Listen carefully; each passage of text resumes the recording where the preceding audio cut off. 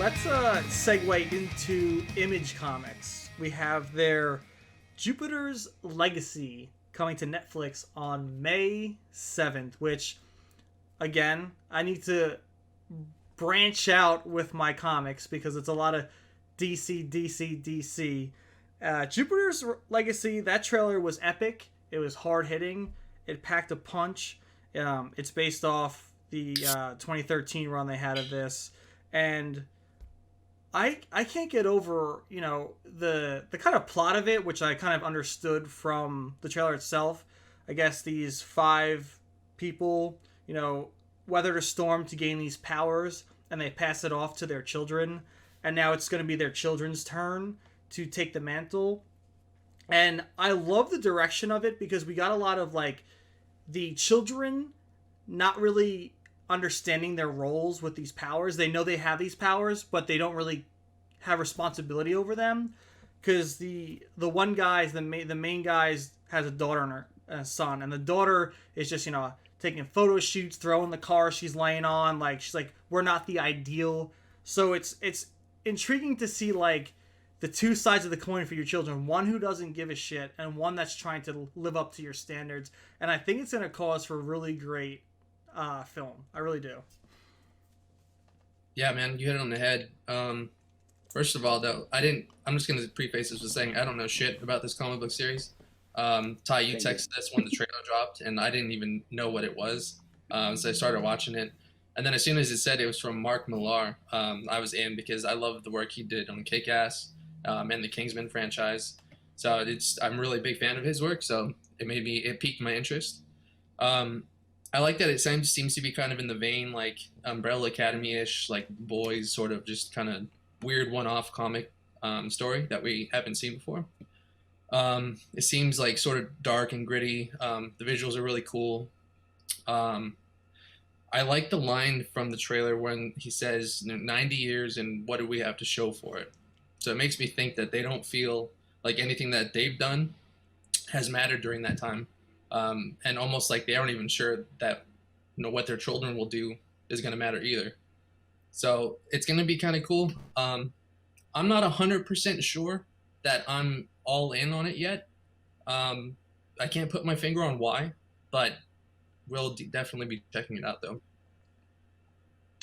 Yeah, I think I agree with you too, man. I again, I don't know about this particular comic series. I looked it up briefly, and then like you, I saw Mark Millar's name attached to the actual book, and his previous work. Big fan of Kingsman, but this, it's tough. Netflix sometimes with their movies, they're really hit or miss. I definitely think their series are a lot stronger than their films. I know we had two superhero-ish movies recently. The one with Charlize Theron, which escapes my mind, which Ty, I think we talked about before, and actually really enjoyed. And then the one with Jamie Foxx, which I can't even remember that either. Project Power. And that, yeah, it was okay. What was it? Yeah, it was okay. But that's the thing, is I watched them once and then I forget about them. And for some reason, to me, there wasn't this rewatchability with other superhero films.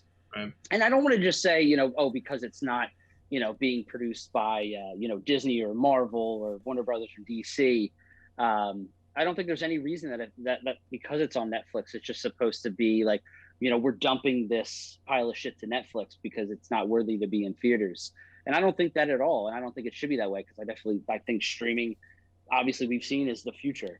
But regardless of that, the trailer definitely intrigued me. I remember reading about this series coming out, and of course it was, something based off a comic, so it piqued my interest initially, and then I just kind of forgot until Ty, you told us about the trailer. I enjoyed the trailer. I think it definitely has a lot of elements that I enjoy when it's when it comes to comic book, in different mediums. But I, like you, Marcus, I don't know. I mean, I was like, okay, it looks cool. That the trailer sold me. I'm very interested in the story. I looked up the story a little bit more and more in depth, and very intrigued by the whole thing with, these particular individuals receiving their powers back in the 30s, and the children having to live up to their parents' expectations. I think that's really interesting. apparently the comic really dives into a lot of like social status kind of stuff, and I always find that stuff really interesting as well when you tie that in, similar to like what The Boys does and what Watchmen did. So based off the trailer alone, it intrigues me. We'll see how it is, and it's definitely a film, right? It's not a series. It's just one. It's just one movie, film, or yeah. Series, right? Is that series?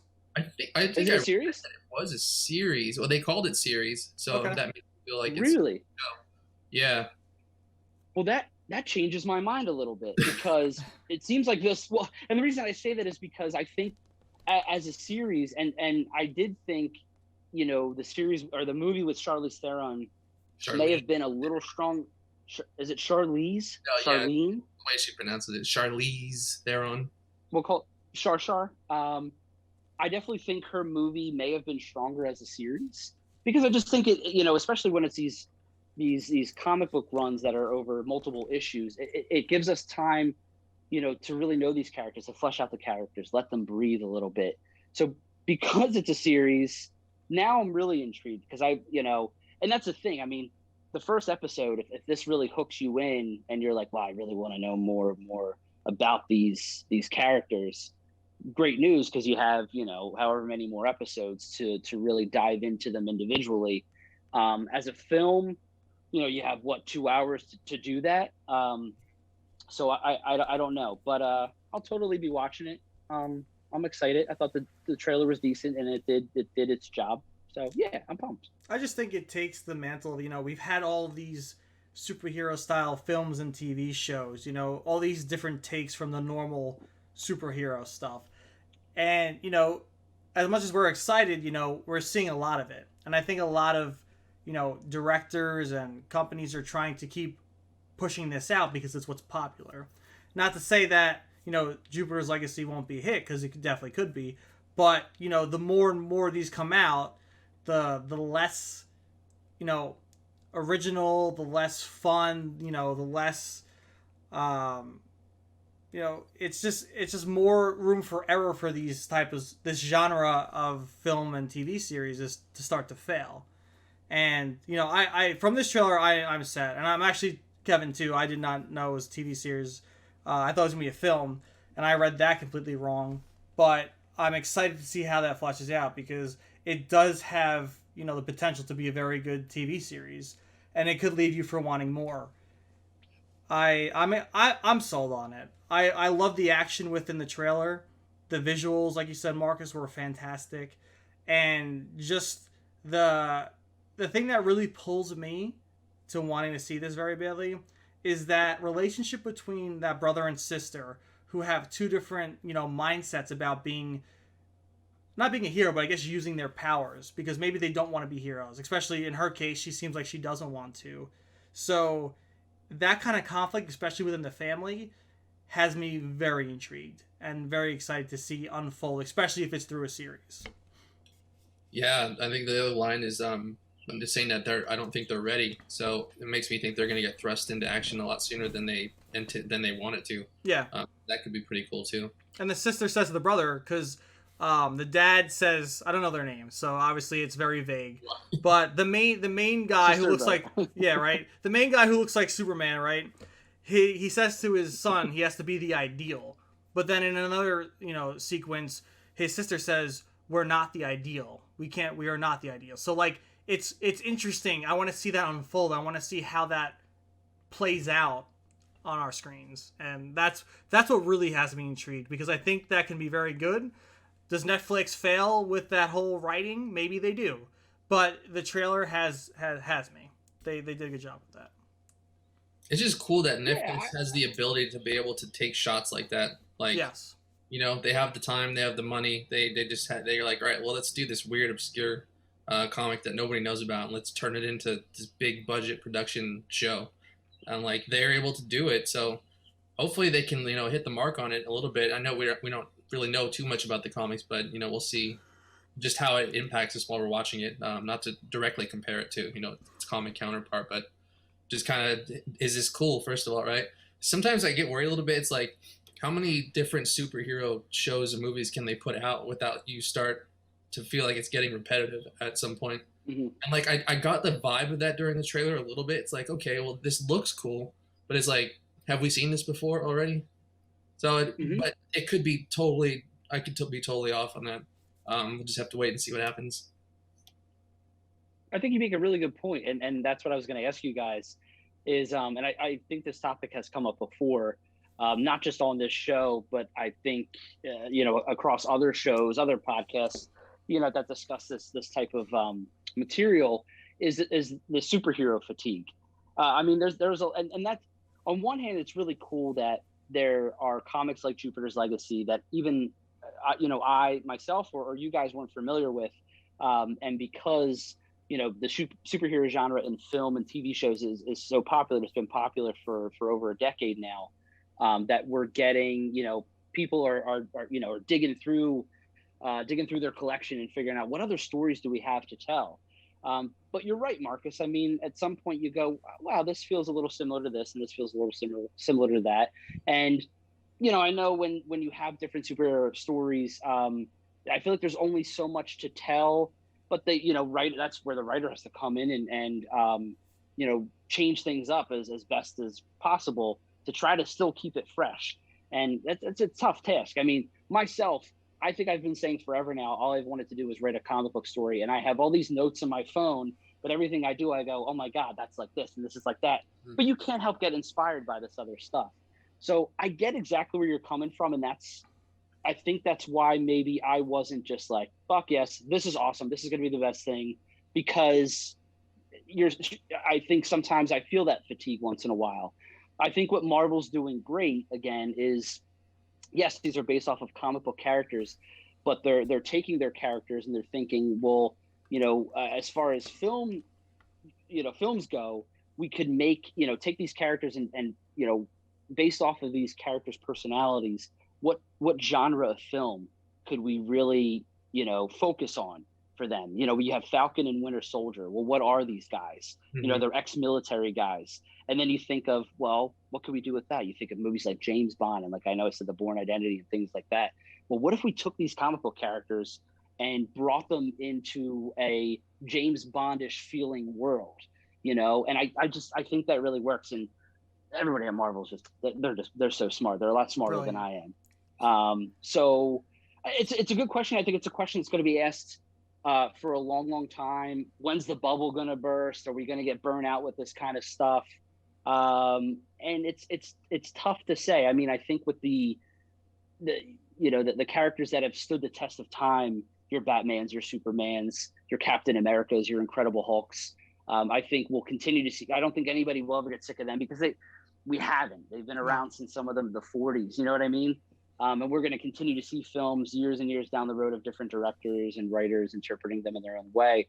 But it is going to be hard for these, not as well-known name comic franchises, so to speak, trying to have their name in the spotlight for a little bit. And I think things like the Umbrella Academy, The Boys, they've been able to do that.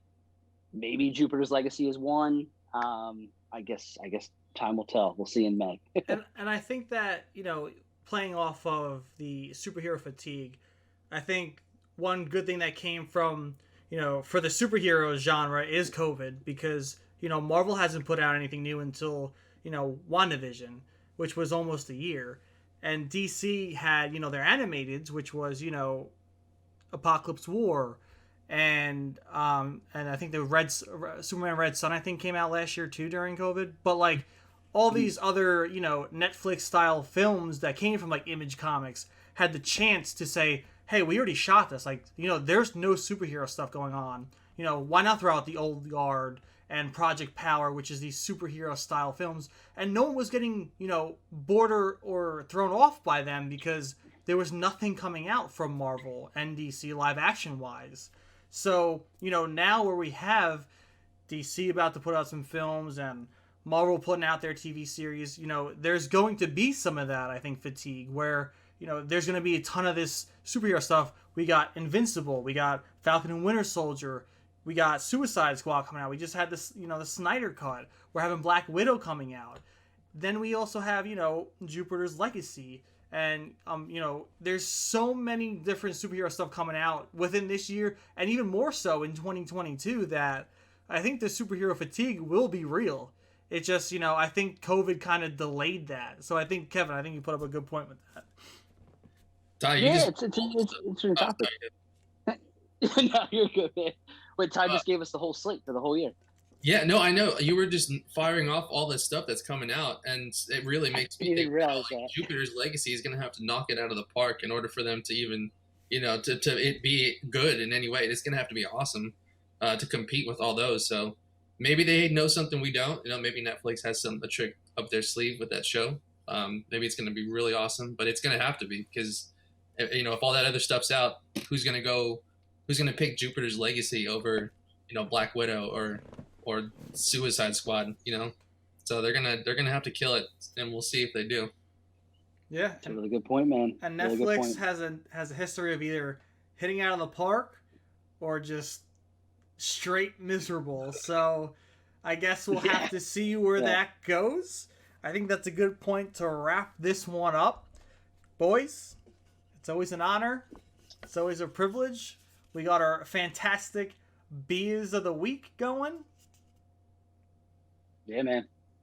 This was delicious. I'm glad. And I don't know if you guys saw as I was pouring there's a little sucker down there. A little sediment. It was a floating. Oh yeah, you're gonna check that in. Are you okay? It's not a pit.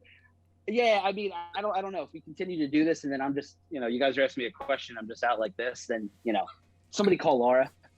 Have her come in here and help me, please. Yeah, once we finish the episode. Yeah, absolutely. Yeah. The podcast comes first, kind of like the second. I'll be all right. I'll be fine. Well, thank you for listening. Thank you for watching. And guys, cheers. Cheers, boys. Cheers, guys.